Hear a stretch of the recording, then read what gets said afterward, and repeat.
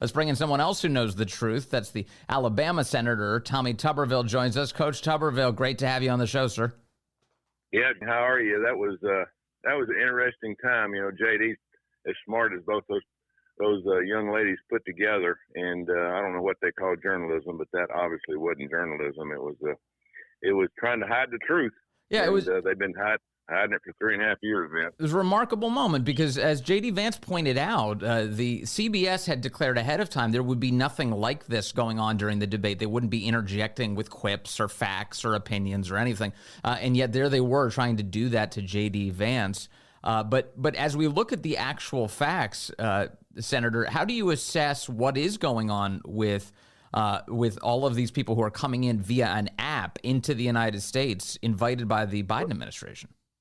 Well, this has been happening ongoing. They've been trying to find more and more ways to get people into the country as quick as possible because they know there's probably a good chance that they're going to get run out of office. Every time I travel in the South or out of the country, coming back into the country, and just an example, a few weeks ago, I came back from Bogota, Colombia, down there going through some manufacturing that they're thinking about moving to our country. Half the plane coming back was illegals from South America, and you can tell they've got identification around their neck. They got their yellow manila envelope. They all have the same thing coming in, and it's just a shame. And they're taking them to red states all across the South, trying to turn these red states into blue states, and they're giving them asylum. They're giving them anything they possibly want. They just want to overrun our country as quick as possible, and hopefully they can get them into the voting booth to vote this year. And it's just, it's a crime what they're doing to the American citizens and our country. It's a massive number of people dropped onto individual towns. When you look at a town like Springfield, Ohio, tens of thousands of foreigners just dropped onto the town. You're seeing this in Alabama too, sir? Oh, we're getting overrun. We have 3 or 4 counties that we get calls every day. There's another busload come in here, another busload there. They're walking around in the streets. And what's amazing, if you're going to do this, as the Democrats are, have a plan for what they're going to do and how they're going to survive, where they're going to live, how they're going to eat. They just throwing them out there, just hoping that some of them stick into the environment.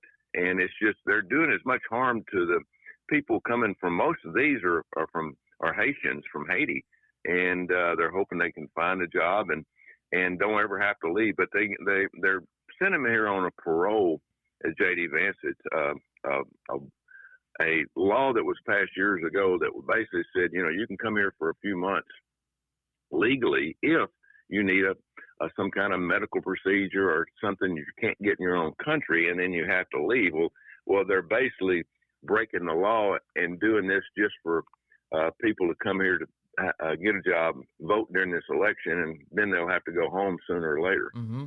Yeah, and my understanding, even the federal government's own assessment of this has found that this program is full of fraud. That there's a lot of illegitimate claims being made, a lot of fake claims about who their sponsor is coming into the country. So just top to bottom, this looks like a disaster. And I wonder, Coach Tuberville, as we look at the role of American companies perhaps in some of this, because you have people being hired, that foreign workers who are being hired at the expense of American workers. It seems like there are a couple components here of different power centers who are responsible for keeping the chaos going. Oh yeah. And again, this is an area that if you see it every quarter, they send out the job reports. Oh yeah, there's 800,000 people been hired. Well, most of these people are illegals that are working for part-time pay, being taken advantage of. And again, as you said, our whole federal government is fraud right now. There's not one agency, especially the DHS with Mayorkas running it. They have the CBP app where now these illegals all over the country can fill out this app and get on an airplane being paid for by the American taxpayers to come to our country. And it's they're looking for every way that they can destroy the constitutional republic that we live in. And they don't care about the American taxpayer. And just look what's happened in North Carolina. FEMA has been spending money on all these illegals, and now we've had this huge disaster up and down the East Coast, and they're almost broke. They need more money. They're thinking about calling us back in to do a supplemental to feed this beast called FEMA that sometimes it does a good job, but most of the time these federal entities, these bureaucrats take advantage and they spend money from other places in other departments to take care of their own needs. It is a disaster for our country and the American taxpayer who can't afford it. So this is a total, what you're describing is a total betrayal of American 100%. Citizens. And you're right. The Associated Press was reporting today that FEMA now says they can meet some of their immediate needs, but they don't have enough funding to make it through hurricane season, according to Homeland Security Secretary Alejandro Mayorkas. This is the same agency that has spent a tremendous amount of American taxpayer dollars on all of these illegal foreign nationals coming into our country. And it's also the same organization that says that equity is their number one priority. I don't even know what's going on. This is supposed to be the agency that responds to emergencies for Americans. Yeah, all the money that's sent up here to Washington, D.C. from American taxpayers is basically used in some type of slush fund, one way or another, to fund anything that can be helped to overrun the American dream. And I've never seen anything like it. I've been up here almost 4 years now, and there's very little done for the American people. You know, the Democrats passed this $1.2 trillion, along with some Republicans, infrastructure bill, 3 years ago. Where is that money? It's not going to the states. A lot of it is going to climate change overseas to take care of these European countries that can't take care of themselves, by the way, that have been overrun, let themselves be overrun by immigration.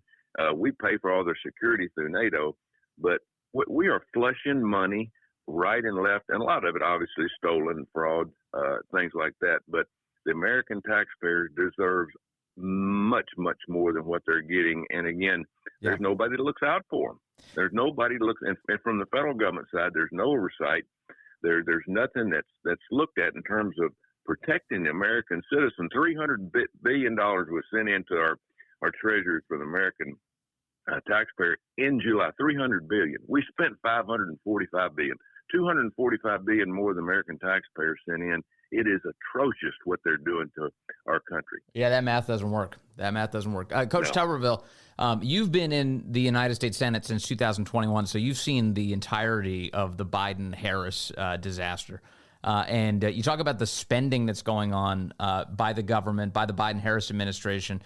I think people don't appreciate the role that Kamala Harris has played in all of this because, a lot of vice presidents really are in many ways just sort of ceremonial mascots for administrations, don't do a tremendous amount.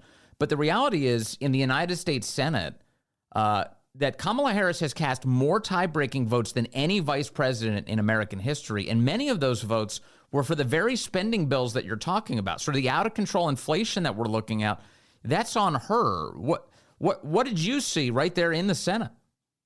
Well, you're exactly right. And the Senate was pretty much even. And to get anything done like that, there had to be a tiebreaker vote. Well, who is that? That's the Vice President of the United States.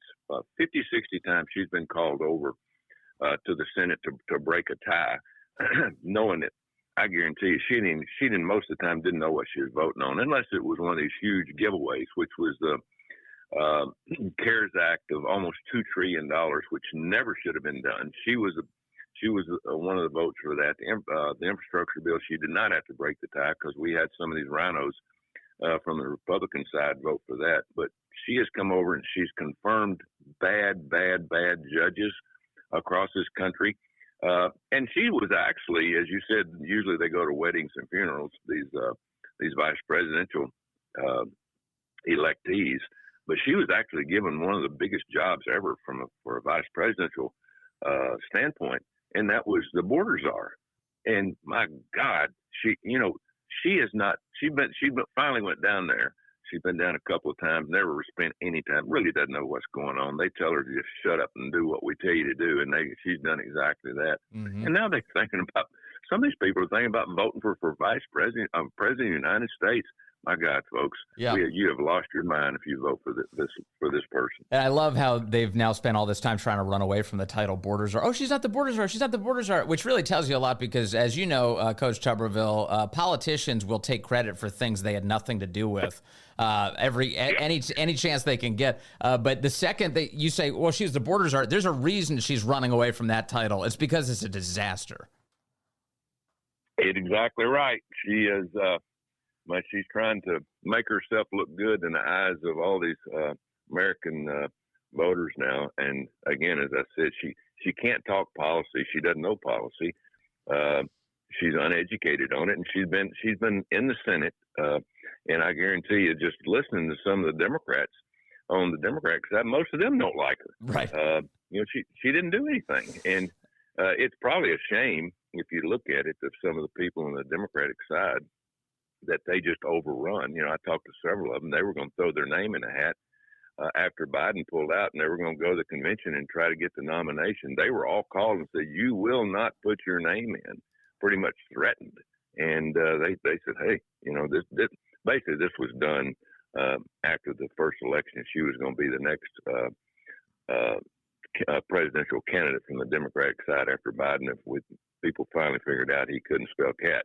So it's all this is all a scheme by the deep state to try to get Kamala Harris, and she will not make a decision. If she were to get in, heaven help us if she does, she won't make a decision the whole time she's there. She's a puppet. We all know that. Senator Tuberville, can you give me your assessment of J.D. Vance, your colleague in the United States Senate? President Trump tapped him as his running mate. We saw him perform really well on that debate stage this week against Tim Walz. I know that there were some people who didn't want J.D. Vance, some Republicans who wanted somebody else to be in that role. What do you think of him? Well, number one, I really like J.D. I spent a lot of time with him in the last couple of years. I told President Trump, he's not deep state. You can trust this guy, but he's really, really smart. I was asked several times about the debate coming up. I said, this is going to be a no contest. This guy can speak on his feet. He's very smart. He understands policy. I really liked it the other night that this debate, they wouldn't let President Trump talk policy against Biden or Harris because they don't know any, and they just kept interrupting him and fact-checking him. Well, J.D. Vance, other than that one time, he was able to sit there and talk policy, and even Tim Walz, the vice presidential candidate for the Democrats, I think if you'd have given him a little bit more time, Tim Walz would have voted for President Trump and Vance.